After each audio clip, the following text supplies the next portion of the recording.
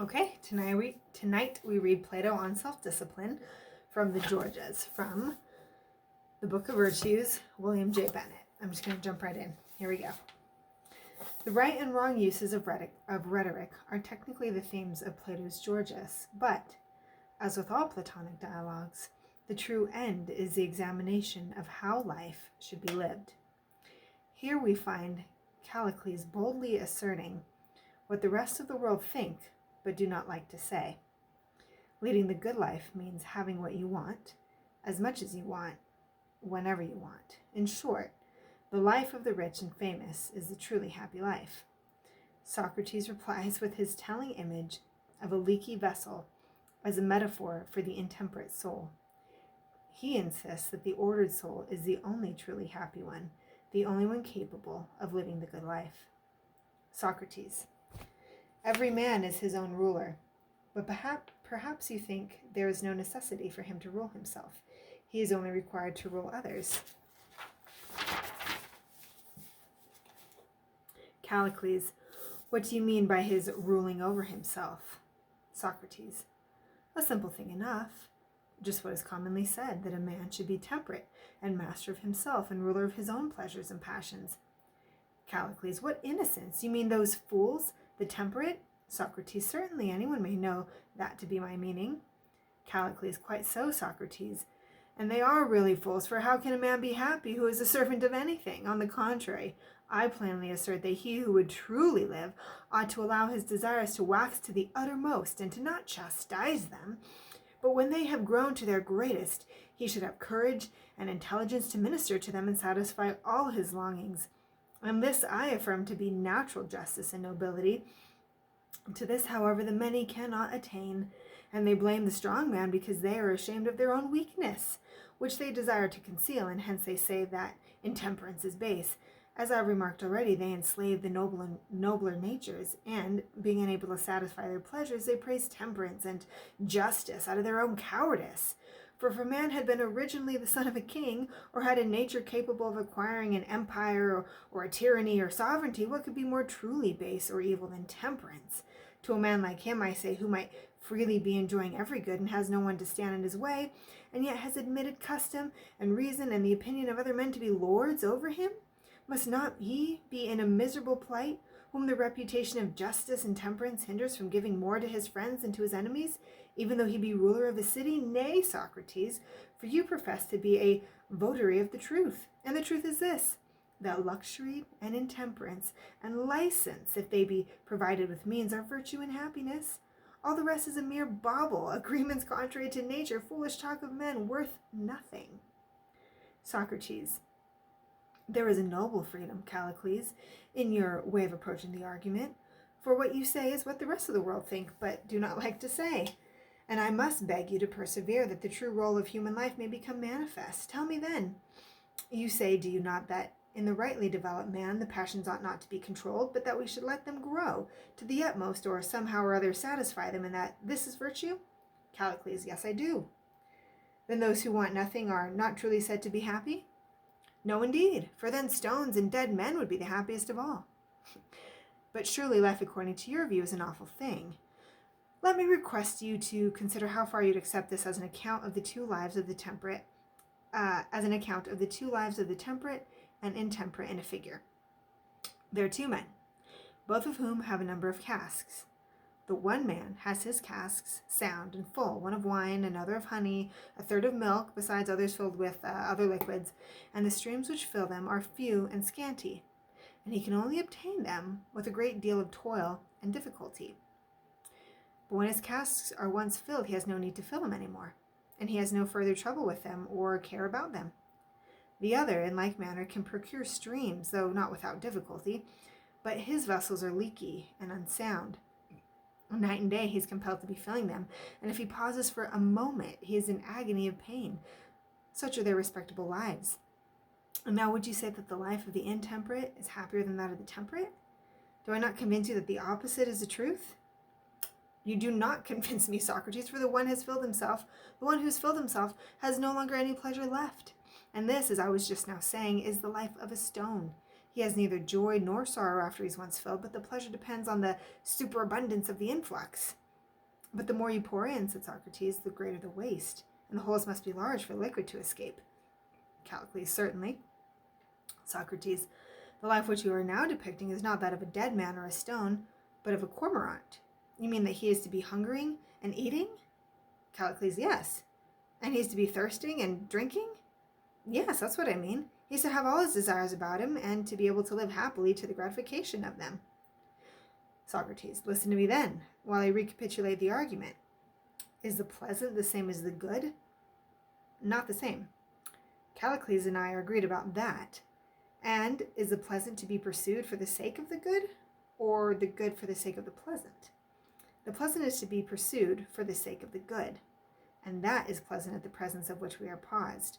And that is pleasant at the presence of which we are pleased, and that is good at the presence of which we are good, to be sure. And we are good, and all good things, whatever are. His logic is tripping me up. Give me one sec. The pleasant is to be pursued for the sake of the good. And that is pleasant at the presence of which we are pleased, and that is good at the presence of which we are good, to be sure. And we are good, and all good things, whatever are good, when some virtue is present in us or them. That, Callicles, is my conviction.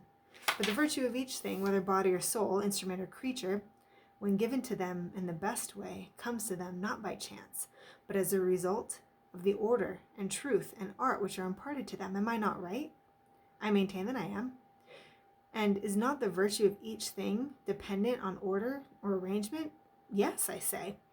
And that which makes a thing good is the proper order inhering each thing, such is my view. And is not the soul, which has an order of her own, better than that which has no order? Certainly. And the soul which has order is orderly, of course. And that which is orderly is temperate? Assuredly. And the temperate soul is good?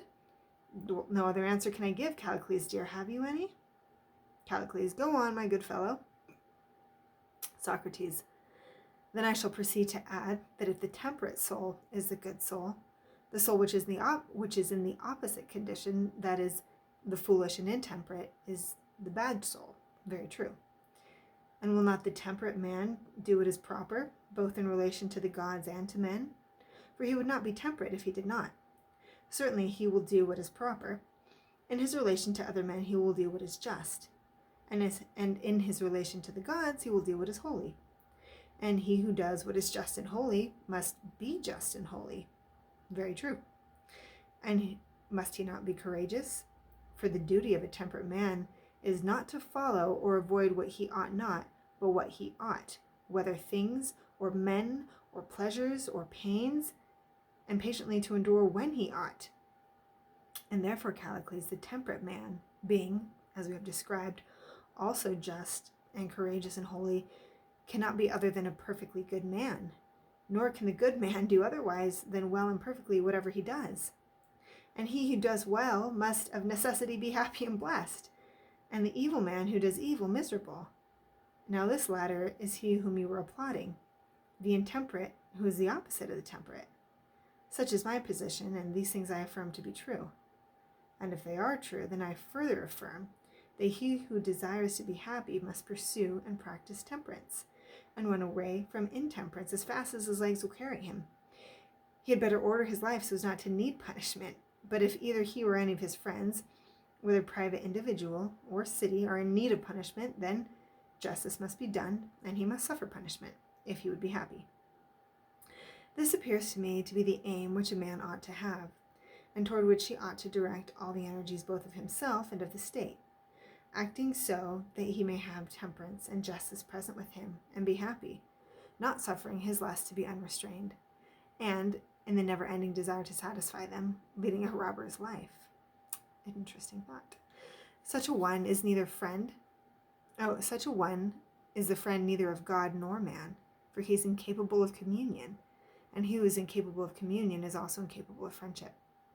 And philosophers tell us, Callicles, that communion and friendship, and orderliness and temperance and justice bind together heaven and earth, and gods and men, and that this universe is therefore called cosmos, or order, not disorder, or misrule, my friend. Very interesting. I need to read that again. Very interesting. A very interesting, morally logicked reasoning from Plato on self-discipline. And next week we read what I'm sure seems to be a bit of the same from Aristotle, from the Nicomachean Ethics. You know what? Let's read it right now. It's going to only be a page.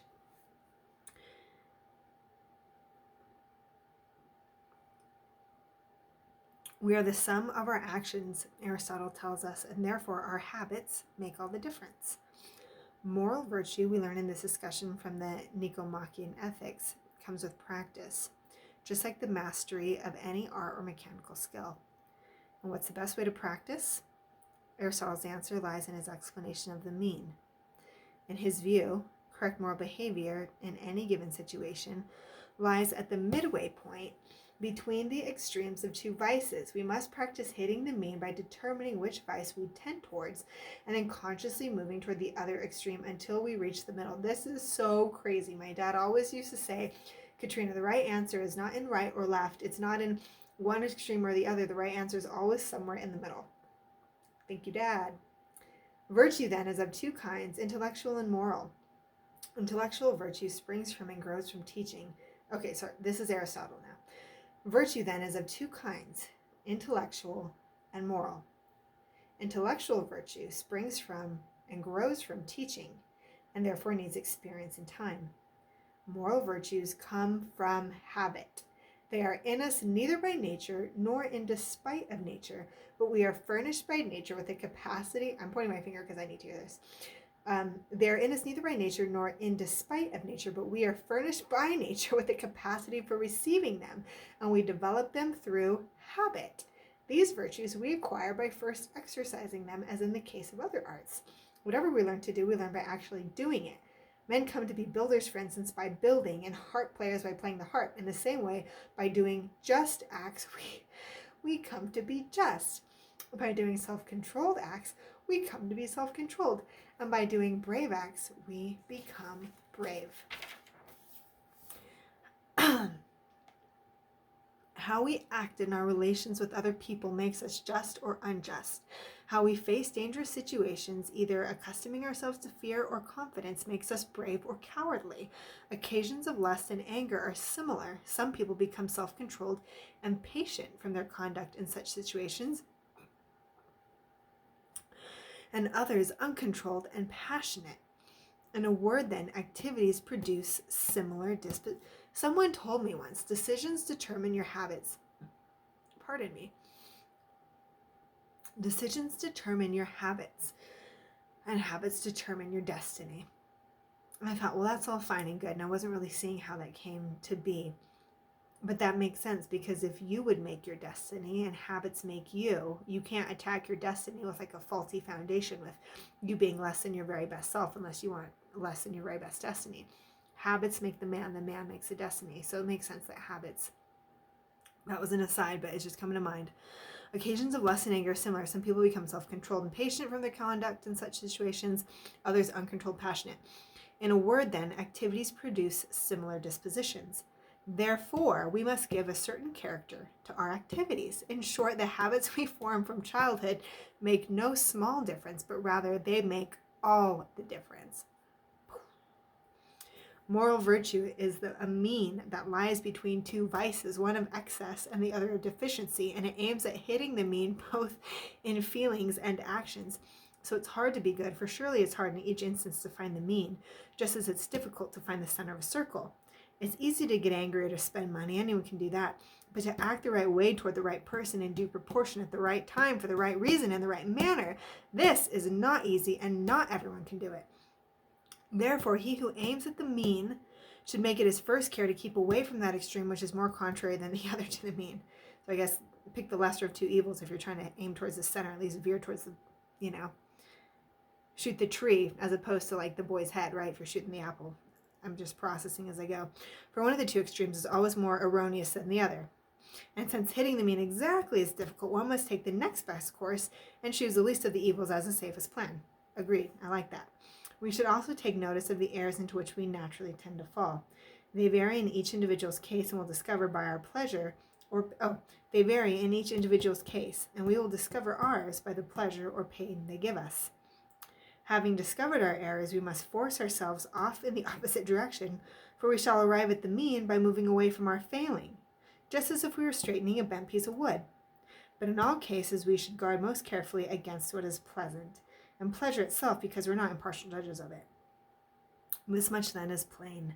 In all our conduct, the mean is the most praiseworthy state. But as a practical matter, we must sometimes aim a bit towards excess and sometimes towards deficiency, because this will be the easiest way of hitting the mean, that is what is right. So he goes on a lot about the mean at the very end, but I really like what and which makes sense as well. I really like what he's saying, that habits really make who you are. So it's no small thing, it's a big thing. If you would be just, if you do just, he's saying if you would be a builder, you would build. If you'd be a, rock climber, you climb rocks. If you would be a good person, you, do good things. And it just makes so much sense. As someone growing up in a religious background and is still religious, you take a lot of things on faith, and it's really nice to see how it all makes sense. You want to be good because you have this inherent nature to be good, but it makes sense that it's just funny. Sometimes you don't feel like it. You don't feel like doing good, and you're wondering, is this even a worthy or worthwhile state if I'm doing good and I don't really want to? But according to Aristotle, if you would become something that's good, then I guess sometimes you have to do the good thing, even though you don't want to. And even though it might not count for as many points or, be as good as if you wanted to, at least you're still building the habit of being good. And one day you're going to thank yourself. I have a friend at work that says, I always do it for future me. Whatever it is, I will do it for future me. If I won't do it for myself now, I'll do it for future me. I think that's amazing. So, Andres, thank you for that. All right, cool. All right, guys, I'm tempted to read one more, and we are tantalizingly close to the end of this segment on self-discipline. But I will be self-disciplined and end this another time. Okay, guys, see you later.